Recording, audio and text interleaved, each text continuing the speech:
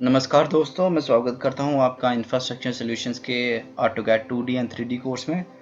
तो इस लेक्चर में हम जानने वाले हैं कि हम कैसे एक अपना टेम्पलेट सेव कर सकते हैं ऑटोकैड में और उसको सेव भी कर सकते हैं, और ताकि हम आने वाले जो ड्राइंग्स हैं उनमें उनका यूज़ कर पाएँ।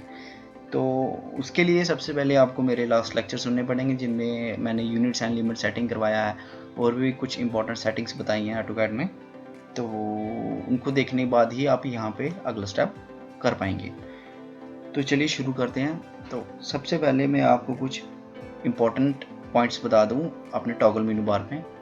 तो अगर हम नीचे जाएं यहाँ पे टॉगल मेनू बार में, तो आपको सबसे पहले ऑप्शन मिलेगा ग्रिड मोड का।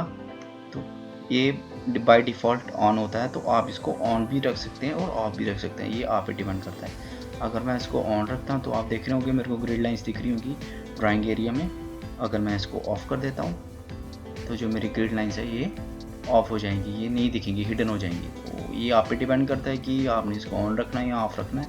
अभी के लिए मैं इसको ऑफ रख रहा हूँ। उसके बाद अगर हम जाएं आगे स्नैप मोड पे, तो स्नैप मोड में आपको इसको हमेशा ऑफ ही रखना है, क्योंकि अगर इसको ऑन रखेंगे तो आपको बहुत सारी दिक्कतों का सामना करना पड़ेगा जब आप कम्प्लेक्स ड्राइंग्स बनाएंगे। उसके बाद चलते हैं हम अगले बटन पे। अगला बटन है हमारे पास डायनामिक इनपुट का।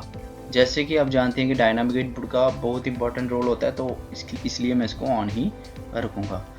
उसके साथ मेरे पास बटन आता है ऑर्थो मोड का। तो ऑर्थो मोड को अगर मैं ऑन रखता हूँ तो आप देखेंगे कि जो मेरी लाइन है उसको मैं सिर्फ स्ट्रेट ही ड्रॉ कर सकता हूँ या फिर परपेंडिकुलर।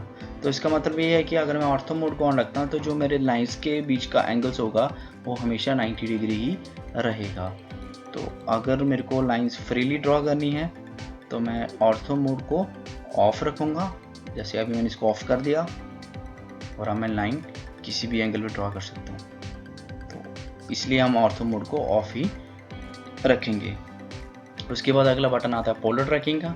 पोलर ट्रैकिंग का क्या यूज़ होता है ये हम आने वाले लेक्चर में समझेंगे। तो इसको हम रखेंगे ऑन और ऑर्थो मोड को रखेंगे ऑफ। तो उसके बाद आगे हम जाएंगे आइसोमेट्रिक ड्राफ्टिंग, इसको हम ऑफ ही रखेंगे। उसके बाद जाएंगे ऑब्जेक्ट स्नैपिंग ट्रैकिंग, इसको ऑन रखेंगे, बहुत इंपॉर्टेंट है। और ऑब्जेक्ट स्नैप भी बहुत इंपॉर्टेंट है, इन दोनों बटन्स को हम ऑन ही रखेंगे। और उसके साथ में एक छोटा सा ऑप्शन बटन मिलेगा आपको, और यहाँ पे क्लिक करके जितने भी मेरे पास ऑप्शंस हैं इन सबको ऑन ही रखेंगे,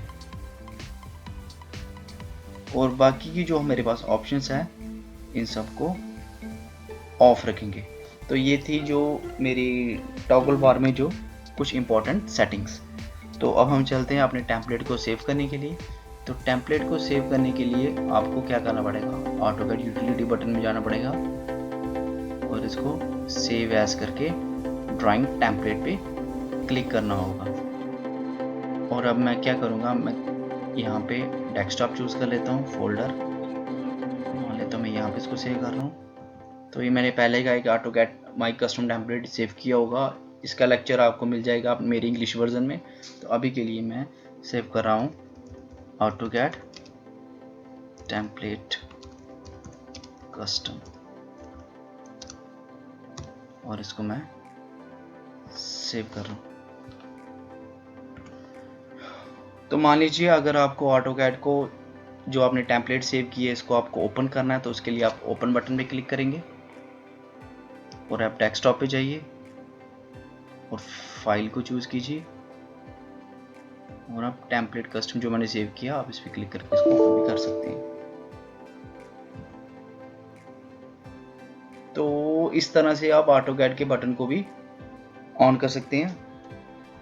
तो इस तरह आप ऑटोकैड के सेव टेम्पलेट को भी ओपन कर सकते हैं। तो दूसरा तरीका एक और बता देता हूँ मैं आपको। अभी के लिए इसमें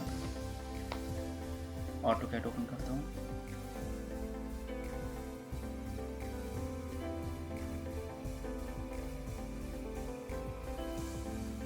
और यहाँ से मैं ओपन करूँगा डेस्कटॉप,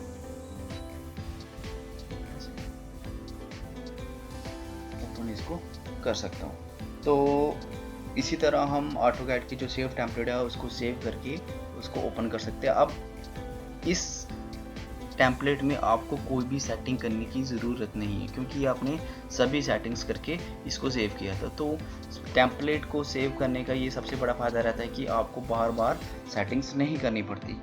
तो आज के लेक्चर में इतना ही। तो जुड़े रहिए हमारे चैनल के साथ आने वाले लेक्चर्स को सुनने के लिए। तो थैंक यू वेरी मच।